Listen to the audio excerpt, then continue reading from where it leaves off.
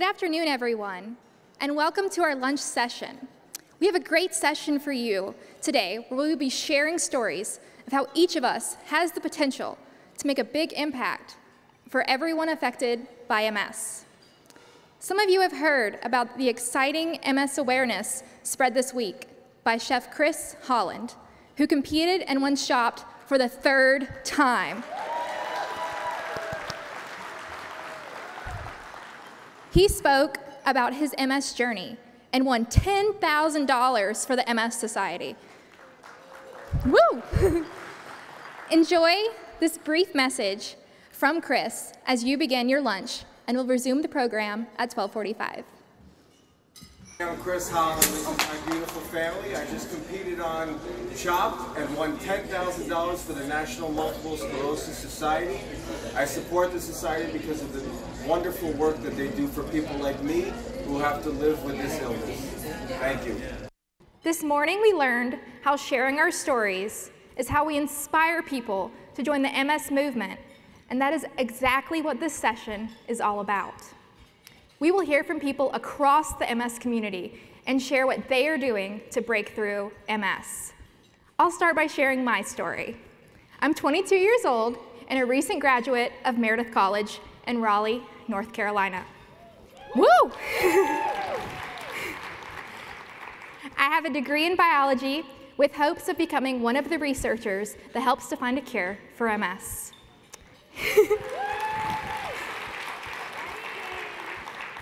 In fact, I've already conducted some MS research through an internship and an independent study. But now to tell you why I'm here today. When I was 4 years old, I started getting really bad headaches. When they didn't get any better, my mom took me to the pediatrician and then to the pediatric ophthalmologist, where I could not even see the big E on the vision test. So I was quickly sent to the hospital, where I was given many tests, including a spinal tap. I remember before my spinal tap being terrified, but then a nurse walked in my room wearing scrubs with frogs on them. The frogs reminded me of my best friend, Jeremiah. And so I led my mom, the doctor, and the nurses in a stunning rendition of Jeremiah Was a Bullfrog. And we all got through it better than most adults do. 1 year, 2 MRIs, 4 ophthalmology visits, and 1 misdiagnosis later, I was diagnosed with MS. My mom did not know what to do. She did not know if I would be able to walk or see. When the neurologist left my room after delivering the bad news, I looked up, and there just happened to be an ad for my local Walk MS on TV. I told my mom, next year, I want to have my own team. So in 2004, we started our walk team, Briana's team, and over the next 14 years, it grew into one of the largest friends and family teams on the East Coast.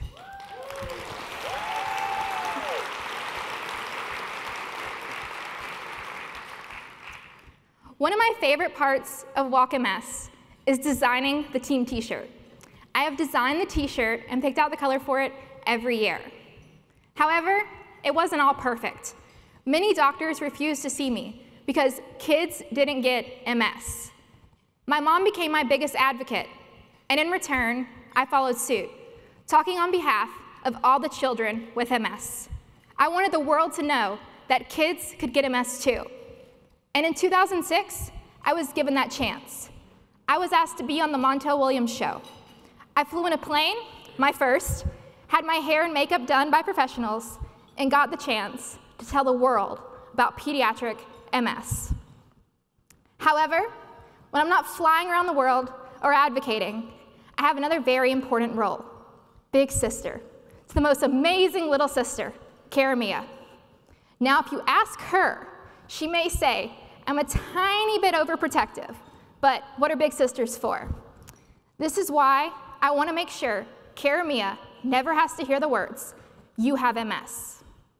Which is why I'm so excited to hear the stories coming up during this session and to share them with all of you. Finding this community and this movement has been truly amazing. I am so thankful for my early diagnosis, and I know that it is because of the many people who have come before me and worked hard to advance research, advocacy, and healthcare access that have made my life with MS more manageable. And with that, I am pleased to invite someone who has dedicated his career to making sure people like me have high-quality care for MS, Dr. Corey Ford.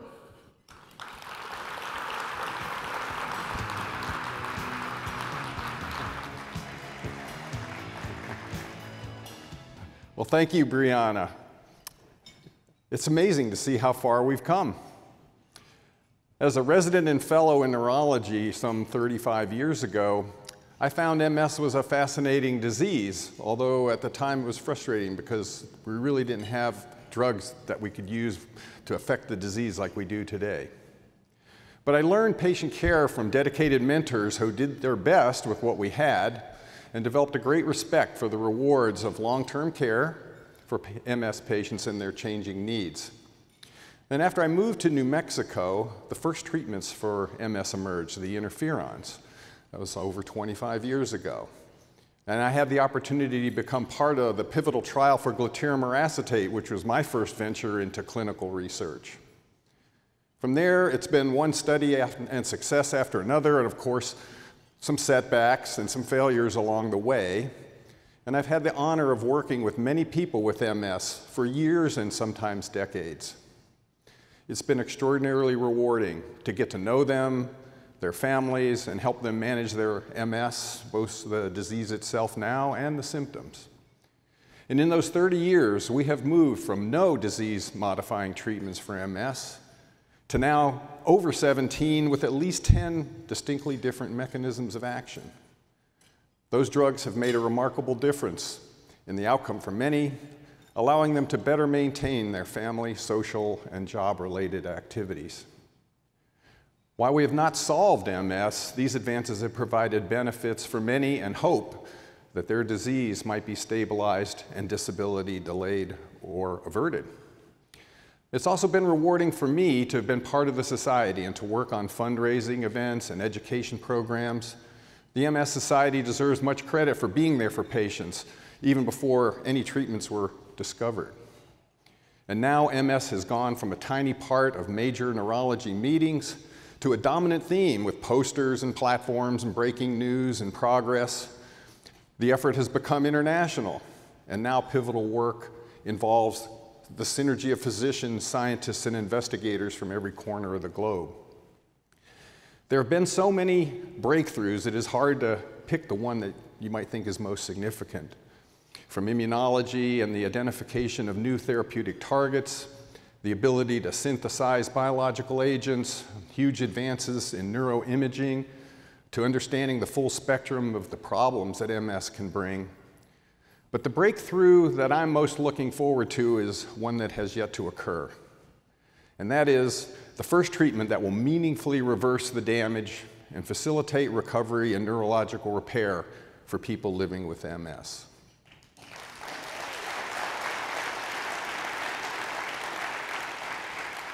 And I really hope that I'll be around long enough to see that advance.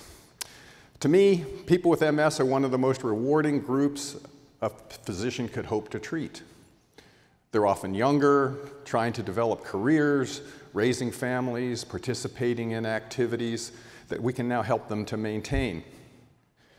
The people with MS reward me by allowing them to be part of their lives, fighting to maintain their activities, and volunteering for clinical trials, knowing that they might not get the new drug, and thus they end up paying a price for helping to advance the field for others.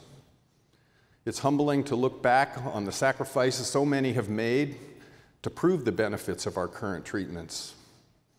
Participation in research always involves some hope for personal benefit, but almost all who participate in clinical trials have an altruistic motivation to at least improve life for those who follow.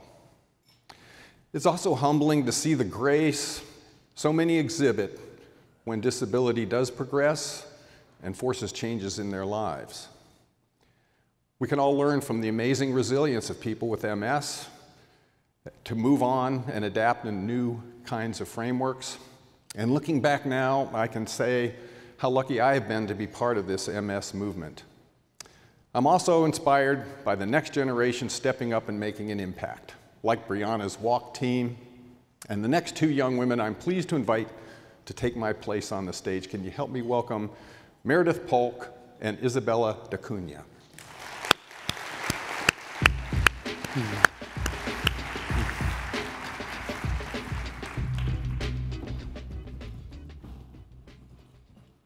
Hi everybody, my name is Meredith Polk and I'm 20 years old and I go to William & Mary in Virginia and I'm the founder of Miles of Scarves.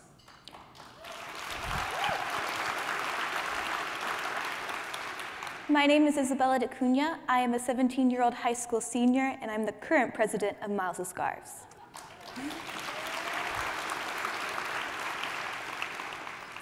When I was in 5th grade, I read an article about a group knitting the world's longest scarf to raise money for charity. I knew how to knit, and my parents participate in Bike MS, so I thought I could knit to support the society. I taught some of my friends how to knit and set a goal to raise $1,500 to sponsor a rest stop on Bike MS Colonial Crossroads. That one idea grew into Miles of Scarves, which is a group of students who knit and sell scarves to raise money to help families affected by MS and fund research to find a cure. I knew Meredith through dance class and heard about the knitting group she put together. My uncle in Portugal lives with MS, so because of the distance, I don't get to see him very often. But I wanted to do something to give back and support him. One Friday, I showed up on Meredith's doorstep with a pair of knitting needles and a ball of yarn. I had never knitted before and didn't know what I was doing, but I knew I wanted to do something. My reason for raising funds became closer to home for me after I started Miles of Scarves. One day when I was in the 7th grade, my mom treated me to frozen yogurt. As we were eating our froyo, my mom said, "Do you know why Dad and I do Bike MS?" And I said, "Yeah, because your parents' family friend growing up had MS." And she said, "Well, that's part of the reason, but also because I have MS." At first, I didn't believe her. 1,000 thoughts ran through my mind, but none of them made sense. I thought, that can't be true. You can see perfectly, you can walk normally, you can't have MS. I was scared and kind of numb. It didn't feel real. In the following weeks and months, things started to click. The box in the fridge was her medicine. The red mark on her arm was an injection site. The Wednesdays she went to bed early were her shot days. In some ways, the side effects were worse than her MS symptoms. For 10 years, 1 day a week, she essentially had the flu. Learning my mom has MS and seeing her live her best life despite it inspires me to work even harder at Miles of Scarves.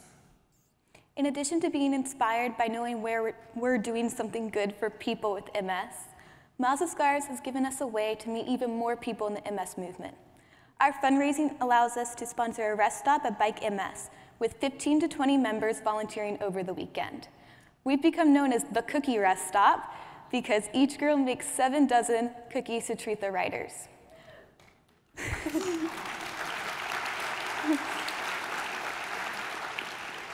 Our rest stop is definitely popular, and we have a lot of fun too.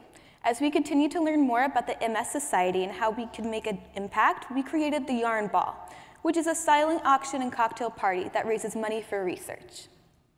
Being a kid with a parent who has MS is just like being any other kid, except you don't know what will happen if and when symptoms flare up for your parent. Will my mom be able to walk tomorrow? Will she lose her sight? And when you're a kid, that's not what you want to think about. There's school and friends and college to worry about. You don't want to worry about when your mom might relapse, how your family can afford college with increased medical bills, or if the genetic component of MS might affect you someday. Before I got involved, I didn't know much about MS. As I have grown up with the organization, I have learned so much about research and treatments. I enjoy mentoring other girls as we talk about Miles of Scarves, and especially like the opportunity to tell them about MS. And I know my uncle is super happy that I have found a way to use my creativity and raise awareness. What started with 5 girls knitting in my living room 10 years ago has grown into 4 chapters with over 70 members. And I'm proud to say we have raised over $127,000.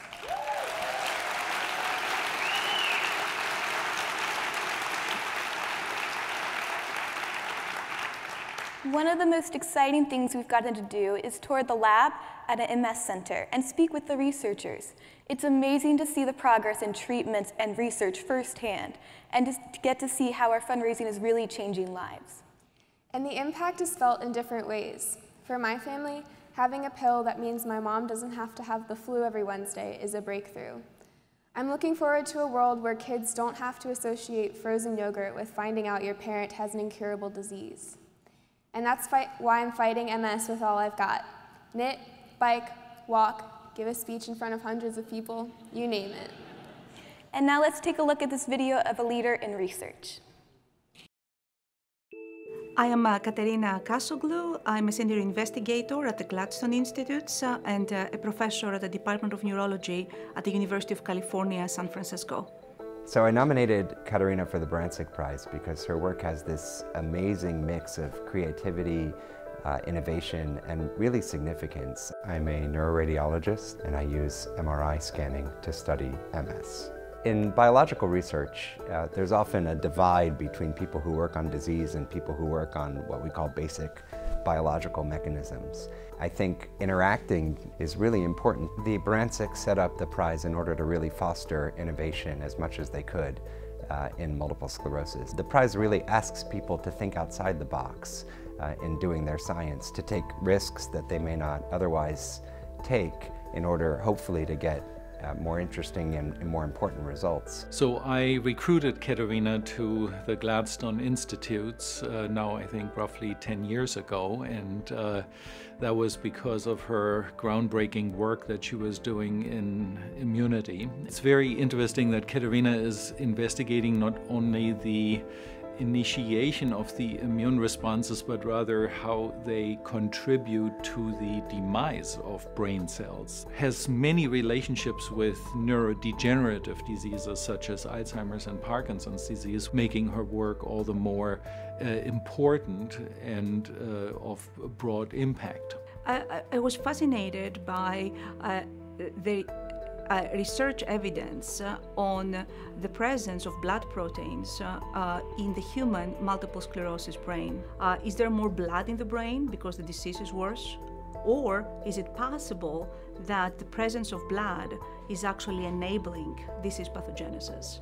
And our work showed for the first time that the blood protein fibrinogen is actually a key contributor for neurodegeneration in MS. And this can be the roadmap for the development of several new therapeutics. Well, I was chair of the Department of Neurology for over a quarter century, and when Ekaterina first developed her fibrinogen story, for example, I don't think any of us understood the implications of this observation. And Ekaterina was able to see this event with a whole new lens. The Society has played a key role in my career. At the beginning, the Society funded research in my lab for high-risk, high-reward projects that would potentially be considered too risky at the time to be funded through traditional mechanisms. Later on, the Society funded young investigators in my lab who made seminal discoveries in the field of multiple sclerosis. Finally, with funding commercial research in a startup company to actually accelerate the development of treatments towards the clinic. I have never been more optimistic that true answers, cures, preventions, and completely effective therapies are at our doorstep, so that people who have MS with disability today have prospects for an improved life tomorrow.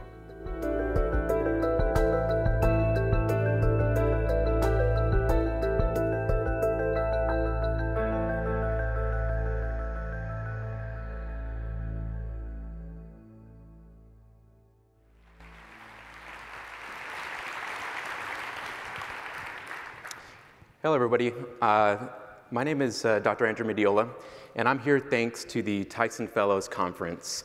And I am so proud to be a Society-funded research fellow at the Gladstone Institutes in San Francisco. So my ambitious research goals would not be possible without the support from the National MS Society. And we just saw a video featuring my fellowship mentor, Dr. Kosoglo, who's actually in the audience right now. And she's an expert in the MS field, and having her guidance has had a tremendous impact on my research. She's an amazing resource for me as a world expert, and she helps me optimize my experiments as I gain the expertise and advice I need to learn how to run my own lab and become an independent MS researcher. So the video we just watched really highlighted her innovative and creative thinking that led to the discovery that the blood protein fibrinogen is a key contributor to brain cell loss in MS.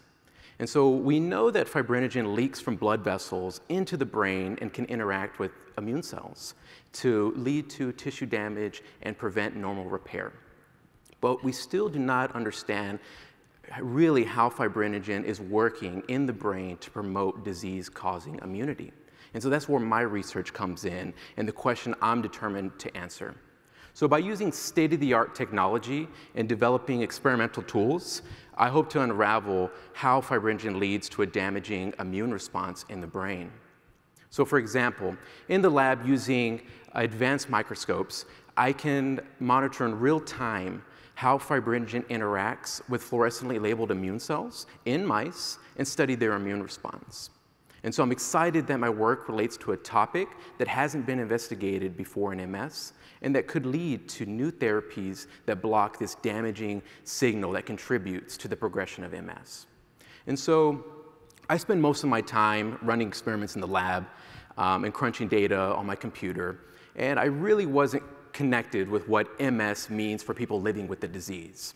And so that all really changed for me personally a few weeks ago when I was invited to participate in my first Bike MS event in Kansas City. And so the team that invited me is called the Research Rough Riders, and it's led by Dr. Ted Higgins, who watched his best friend, Dave, deal with the challenges of MS. Unfortunately, Dave is gone now, but Ted is avid in his support for MS research in honor of him. And just about everybody on the cycling team has a close connection to MS, and many have MS. And so Ted's son lives in San Francisco, so on a recent visit there, he met me for coffee and asked if I wanted to participate in the ride, either as a volunteer or as a rider. I'm not a cyclist, and in fact, I hadn't even been on a bike since I was about 6 years old. But I was, I was really inspired by what he was saying, and I said, sure, yeah, I'll ride. So the team flew me out in September to Kansas City. A neighbor was very generous, lent me a bike to ride, and so I thought Missouri was going to be pretty flat. And boy, was I wrong. I spent a lot of time in high gear, treading up these tough hills. And I didn't really even know that there was gears on the bike, and I had to learn on the fly. And I had it figured out around mile 20. And this became like a running joke with the teams. But it was a great experience. And so after the first day, after a pretty exhausting 80 miles, we gathered for a barbecue, and I gave a talk about my research on fibrinogen. And I'll never forget it. Afterwards, a woman with MS and two of her close friends, they came up to me. And they were cycling, and she said how difficult it was, and they were ready to call it quits, and they were not going to participate in the next day's 40-mile ride. But she was completely inspired by the talk I gave and the research I'm doing, and she was completely determined to finish the ride. And it was just an inspiration to me as well, just hearing the impact that my research is having, and it's a true amazing experience, and it actually turns out that I didn't mind cycling, so who knows what the future will hold on that. And so thanks to fundraising teams like the Research Rough Riders, the MS Society is able to fund fellowships like mine, and it's amazing to think that so many people are writing and getting donations to support the research that I'm doing and that others are doing. And so in the lab, sometimes experiments don't work, and unexpected setbacks can happen. But my experience and interaction with MS patients in Kansas City, and importantly, the great people I've met here in combination with the Leadership Conference, lit a fire that's going to keep me going through those difficult days. And so it's been a great honor to be here at the Tyson Fellows Conference, and I've enjoyed the opportunity to share my research and story with the other fellows and members of the Leadership Conference. So now I'd like to turn it over to an incredible volunteer who knows all about the power of fundraising events through her work with Walk MS. Thank you.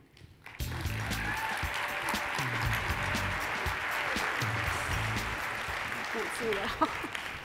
Dr. Ford's a little taller than I am, so.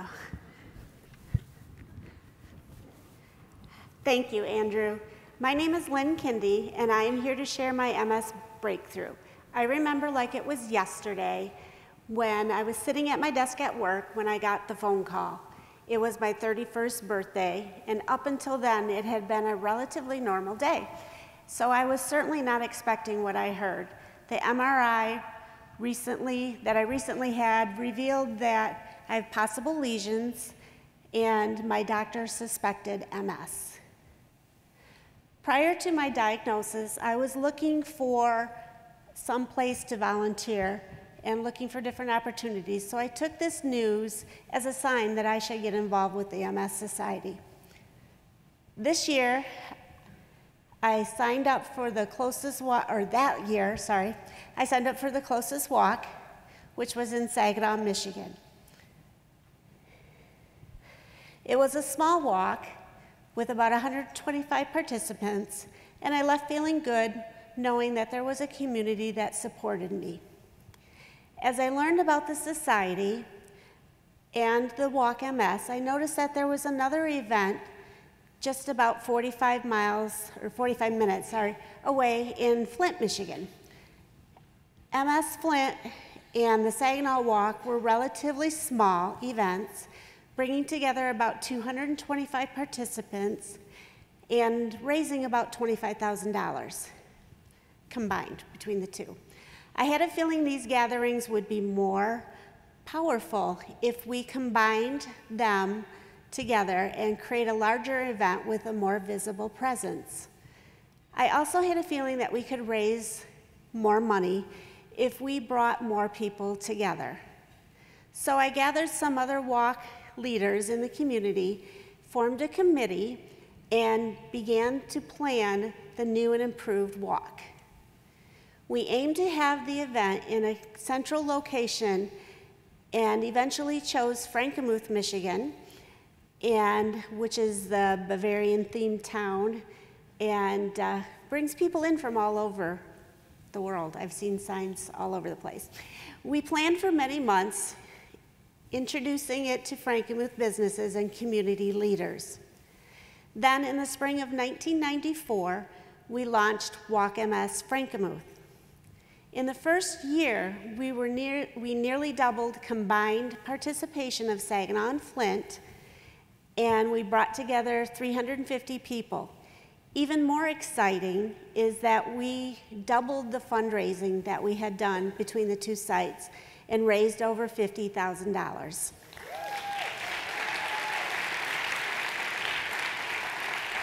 Today, Walk MS Frankenmuth has over 1,200 participants and raises over $130,000 annually.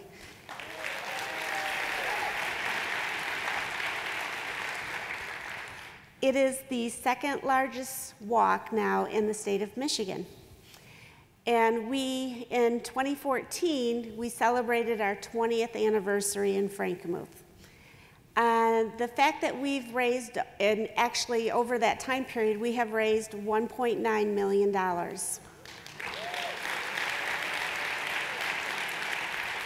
A lot has changed over the years. The event used to be 12 miles, then 6, and now it's 1 or 3 miles to attract larger audiences. It has grown into a destination walk that we affectionately call Walk Fest. And the reason for that is everything in Frankenmuth, if you've ever been, everything is a fest. So this approach helps us draw participants from around the state. Keeping with the festive community of Frankenmuth, the event includes a DJ, and we serve pizza, brats, hot dogs, and things like that, which the community gets donated, or the committee, I'm sorry, gets donated or underwritten. The walk is my silver lining. Everyone knows that having MS is no fun, but as a result of being involved in this community, I've met so many wonderful people over the years who have this condition or are supporting someone who does. It's so inspiring. I am proud of the enthusiasm that the participants, their passion, and most of all, their dedication to the event. Ironically, one of my favorite memories of the event over the years was the year that we had horrible weather. It was cold and rainy and stormy, and we could not have the event outside. Honestly, I didn't expect anyone to show up, but boy, did they. We gathered everyone in the pavilion, and it wasn't long before the group was walking laps around it. It wasn't the walk experience we had planned for, but it showed the true spirit of the community, the tenacity, dedication, and positivity that I love and appreciate. I believe if we all do something to support the MS movement, big or small, we will break through MS.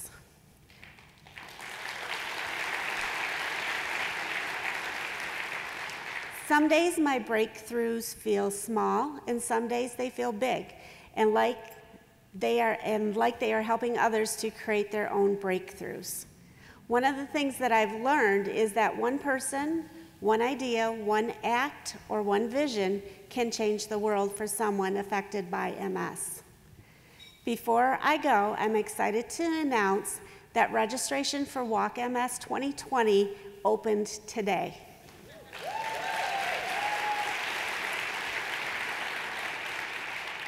So I could say, get out your phones and get registered, so get online and sign up. Next, I'd like to invite Nikki Foster to the stage to share how she raised her voice to change the world for everyone with MS.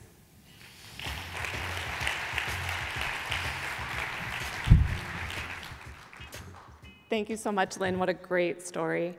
As she said, my name is Nikki Foster. I live just outside of Minneapolis in Brooklyn Park, Minnesota, with my high school sweetheart and now husband of 21 years and our teenage daughter. Our son just recently started college. He's a freshman in college, and so he now calls Duluth, Minnesota home. I live with multiple sclerosis and am an MS activist. My MS journey began on an average December day, which for Minnesota, that means it was probably 10 degrees and sleeting. I was returning to work after lunch when my right leg completely gave out from under me. I gradually lost all feeling in my right leg, and I struggled to walk, work, and complete basic tasks, including moving my leg from the gas pedal to the brake at a four-way stop one day. The sudden immobility was so puzzling because I had just completed a half marathon the month before. I'll never forget the day I thought I was moving my leg as my physical therapist had instructed me to do, only to open my eyes and realize it hadn't moved even a centimeter. Though I was originally diagnosed with a pinched nerve in my lower back from running, really they thought it was from the running, I received the life-changing diagnosis of MS in January of 2015. Today, thanks to medication and a lot of determination, my husband calls it stubbornness, I am walking and even running short distances again. This is a small victory indeed, but without a cure, I never know when MS will attack again and what function it will rob from me next. This reality, coupled with the daily symptoms of the disease, leaves my family's future uncertain and scary. What we do know is that I haven't experienced active disease progression in 4 years, thanks in large part to innovation in MS research.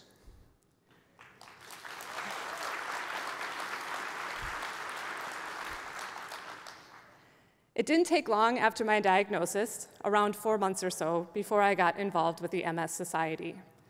There is so much uncertainty that comes with MS, but the one thing I was absolutely certain of is that my kids, then ages 13 and 10, were watching my every single move, and I wanted to set an example of resilience and action. I started by participating in Walk MS. I have to give a shout out to my Walk MS team, Foster's Feisty Fighters. Thank you. And gradually became engaged in the Society's advocacy work. During my day job, I work on policy solutions, and in many ways, I feel like my education and professional experiences were on-the-job training for the biggest personal fight I could only imagine 5 years ago. I know from my personal experience how vital it is for people living with MS to have access to quality, affordable healthcare coverage and access to their medications. And I also know that due to massive insurance barriers and the high price of these medications, the right treatment is all too often out of reach. I have become inspired to use my voice to speak out and advocate for changes in our healthcare system that would mean that no one with MS would have to spend dozens or even hundreds of hours battling their insurance company just to access the care they need, or live in constant fear of what might happen next if they lose their coverage or the right medication for them.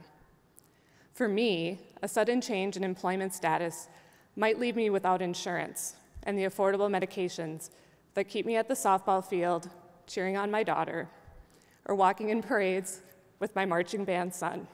Sorry, they get me a little verklempt when I think about them. I have advocated for these issues back in Minnesota, and have even gone to Capitol Hill in Washington, D.C. to speak out in support of increasing MS research funding, and have been invited to roundtables with my state's governor and U.S. senator. You might be surprised to know that I used to be way too nervous to do much public speaking. I wouldn't have been able to imagine ever doing this. And I avoided it whenever possible. But now I've realized that life is way too short, and there is way too much, so much at stake for me to stay on the sidelines. I have realized that every day, people like me belong at the legislature, pounding the pavement and raising awareness about what it's like to have MS. I have realized that legislators actually do listen to the personal stories of their constituents, and in fact, sometimes that is the only thing that will change or open their minds. And I have seen firsthand the impact that our advocacy has had. As the vice chair of the Minnesota Government Relations Advisory Committee, I have celebrated victories at home in the legislature. For example, a bill to reform insurers' step therapy practices, which require a person with MS to first try and fail on medications chosen by their insurer before they can get access to the drug that their doctor prescribed. And this year, I spoke out at a press conference about the rising prices of MS medications and the burden these prices have on the day-to-day lives of Minnesotans with MS.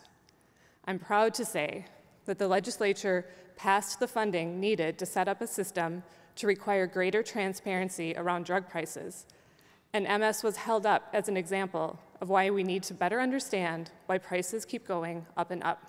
So yay, Minnesota.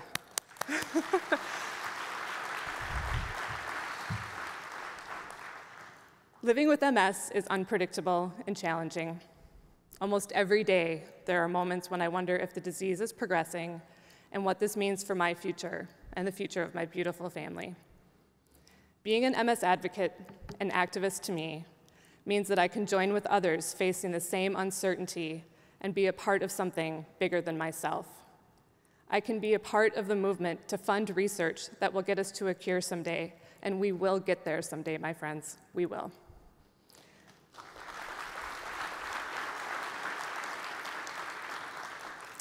And I can make sure that the voices of the MS community are front and center when legislators are making big decisions.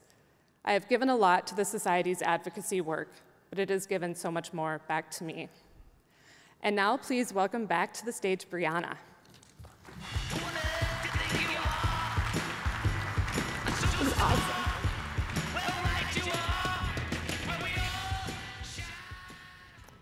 As you can tell, we each have a voice and a role in the next chapter of this mission. And what a way to wrap up this session than by hearing these incredible stories. Sharing my story has led to many great connections, and it even led to my internship doing MS research. Everyone was really nice, especially considering the fact I asked questions nonstop. However, I think one of the coolest parts about my internship was I wasn't the only one asking questions. I was able to answer tons of questions for the scientists about what it's like to be a person living with MS. Doing research on MS, even on a small scale, led me down a path I didn't even imagine following: advocacy. So 2 years ago, I became an MS activist, going to Capitol Hill and meeting with my US representatives. During one meeting in particular, the representative remembered me from Montel Williams 12 years ago, and I can tell you, I almost broke through my chair. It reminded me that everything, no matter how small it seems at the time, can have an impact, even if it takes 12 years. I don't remember a time where I didn't have MS. And in that time, I'm thankful to say I've only had 2 relapses. One, 14 years ago, the week before my sister was born, great timing, right? And just last month. I truly believe that it is in large part because of the breakthroughs in medicine that helped my MS to be detected so early. MS continues to be a really real part of my life, but I still cannot believe how far the research has come. Each one of us in this room has the potential to make an impact on this next chapter of our movement story. We can be the generation that ends MS forever. One person that we did not get to hear from today is Lydia Emily, who sadly has the flu and is unable to join us today. As an international artist and someone living with MS, Lydia Emily uses her art to bring the message of hope to those living with this disease. She has used her diagnosis not only as a catalyst for her art, but also as a way of bringing her voice to the movement. As you leave this ballroom this afternoon, you'll see her hope-inspiring murals discovered for all of us to enjoy displays, MS. These murals were created together by her and the thousands of participants at this year's Walk MS in Tampa, San Diego, and Charlotte. Thank you to everyone who left their mark. Before we close out this session, I have been asked to give a couple of reminders and updates. Breakout sessions begin at 2 p.m. Check your program or the info desk for rooms. Also, an important announcement regarding the delegate assembly. The start time has been changed to 2 p.m. And the meeting will now be held in the far end of this ballroom. They would appreciate if everyone could clear out of this room as quickly as possible so that they can prepare for that. Thank you so much and enjoy the rest of your afternoon.